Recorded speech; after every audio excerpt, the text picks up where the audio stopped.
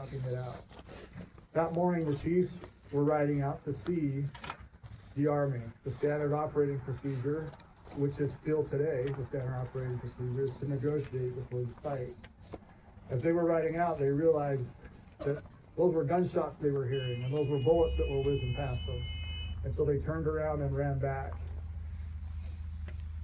There's been several papers written by former Army members that talk about the arrogance of our people for leaving our women and children sleeping in the teepees and people rested because we thought we could win any fight.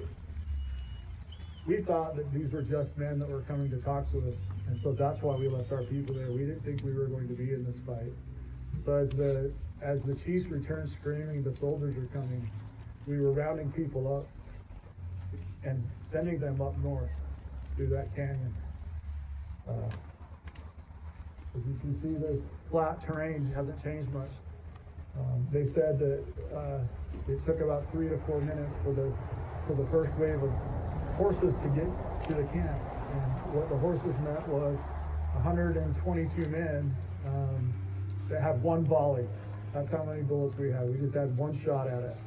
And 14 soldiers and sadly 5 horses died in that first volley, and they reared back, and the colonel sent people up north and told them just to shoot into the ravine.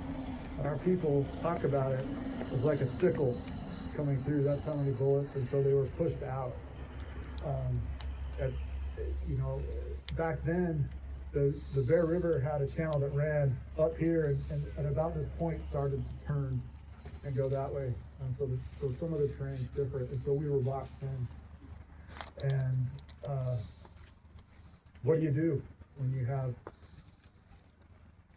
mostly women and children and older men? We had just been here celebrating the warm dance. That's why we're here. You can see the hot springs behind us. And so that had ended, and we had sent those who could really fight and hunt, to find more food for the rest of the year. And so a good bit of our people who could fight, especially with rifles, were gone. So as they approached, they began to fight hand-to-hand combat. And this is really where this turns into a massacre, because the soldiers and everybody were able to see who they were fighting. And they said, these women fought like lions. Good. I hope they did. We only killed one more soldier during the battle when the hand-to-hand combat fighting started. So we had no weapons. We were fighting with sticks and leaves and trees and pots and pans and whatever you could find, rocks. And it just became imperative that people start to try and live, and so they start to flee. And we had people jumping into the icy river. We had women that were hiding together underneath the banks with babies crying that they had to let go. By the way, it was at least 20 below zero. Babies to die so the people could live. And people jumping into snowbanks and riding away on horses, just any way that you could think of to get out of it. And I've read a lot of the soldiers' accounts saying that they killed us all, but we're still here today. But in the manner in which they went and killed our people is what is most horrific. Killing women and children was against regulations for the Army, yet the command was, nits make lice, kill them all. The women were brutally butchered. Babies were cut out of pregnant women. Women were raped even after they were deceased. Our people were descended upon, and this is the question we get all the time. Everybody's like, why? And I can't tell you why. I really can't. And so I'm sure our people, that's what they were thinking that day, is just to survive. And I'd like to think that that's been our motto since 1863 for the Northwestern Beneficiary Nation, is to survive. With all the fights that we've had to be in over the last 100 and however many years. This isn't a math channel, so I don't know. But we have been able to stay here. We've purchased the most sacred property where our people are laid and buried. I got asked once by somebody, well, what'd you guys do with the bodies after? And I'm like, we left. And it was frozen. And we had to survive. And there are several places here that we hid to ensure that. But that was that morning. And so I want to share with you guys, as we've been doing the restoration, we found an Elko Church projectile. The University of Utah has dated that as 8,000 years old. And they sent it around the country, and it's been holding water.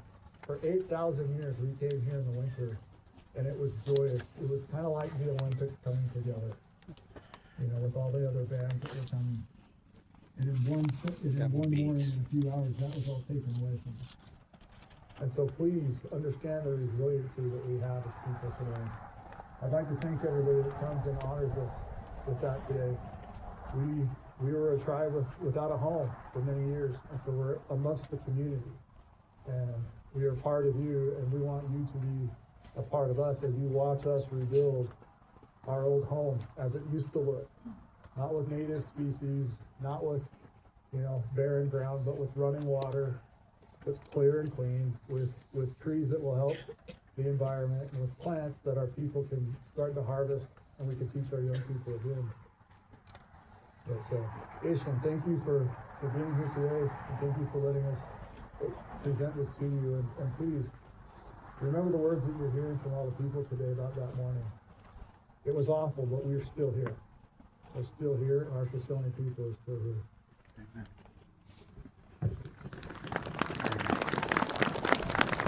Over 500, and it's 20 below zero. Thank you for those words. Mr. Perry. Now we are going to hear some reading of the names of our ceremony. We have invited two of our native students who are attending Weber State and Utah State, Gracie Reyes and Lily Martinez. Are you ready? And please bear with us. Through history and through working with people in the area, we have found 70 new names to add to the list that are being read today. And we thank these two for coming and sharing, taking turns at this, so thank you. Idaho State says it was 512.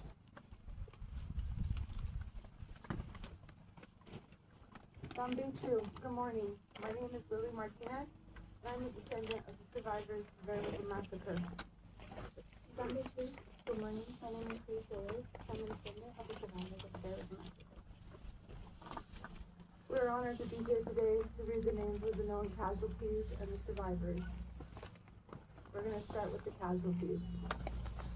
Ano Dezobi, na, Dabi Wutigwa, na, Toro Wuti, na, Noro no Hino, na, Hinandi, na, Waha Bukan, na, Obino, na, Ninan Gosani, na, Zukwanga, na, Noyo Zakwa, na, Bowi, na, Wawutiga, na, Izaka Iti, na, Vigiava, na, Iborgan, na, Nakuwa, na, Basi Montakikan, na, Igam, na, Sanadichi, na, Jalabechi, na, Isamperkan, na, Ayusuhu, na, Ashengon, na, Yabua, na, Taiwati, na, Dogir, na,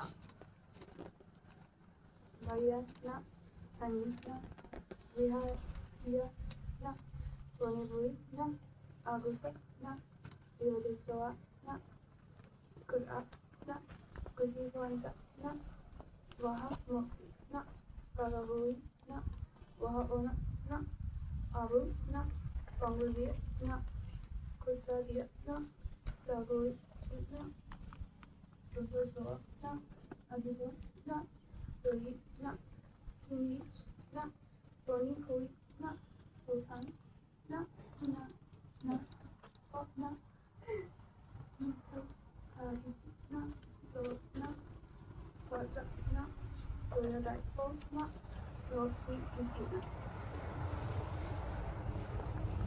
And these are the names of the people who were wounded and died 1 to 2 years later. That's just the names they know.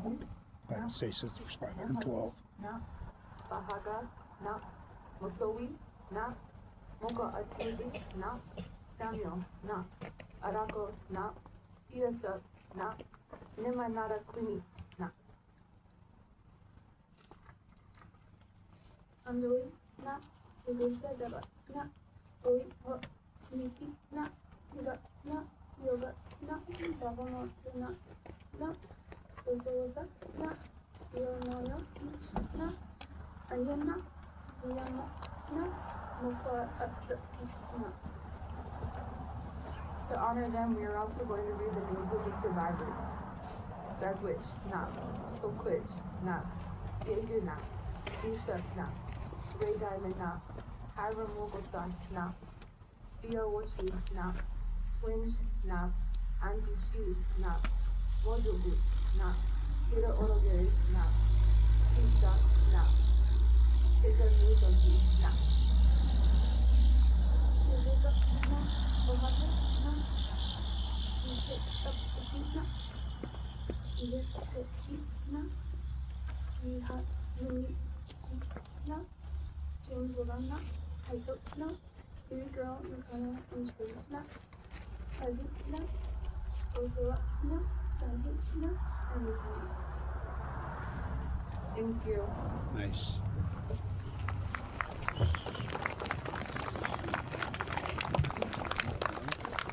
Thank you for that. And next up, we're gonna hear from the Idaho State Historic Preservation Officer, Mr. Rick Phillips. Keep it going. Idaho's got so much good work on this. Utah has. Good morning, it's an honor for course, me to be it's in here. Idaho. I'm a native of this country. I grew up on the other side of the valley, but I actually grew up on my grandma's farm, which is about 2 miles that way across the river. So it's an honor for me to be here. I grew up learning of the Battle of Bear River, and I'm so proud to know that history has finally shown the light on it as the Massacre of Bear River. It's my honor today to represent Governor Little in reading a proclamation today. I'd also like to have you acknowledge the staff from the State Historic Preservation Office and our museums in Franklin, right? Standing right over here, raise your hands, guys. Thank you.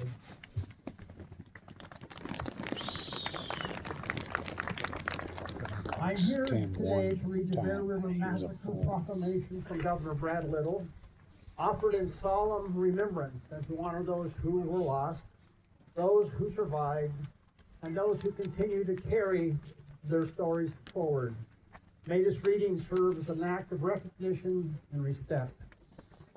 Whereas President Abraham Lincoln signed the act creating Idaho Territory on March 4th, 1863, and whereas 34 days previously, on January 29, 1863, at Bear River in present Franklin County, Idaho, the Shoshone people suffered the most catastrophic loss of lives and property ever experienced by Idaho's native population.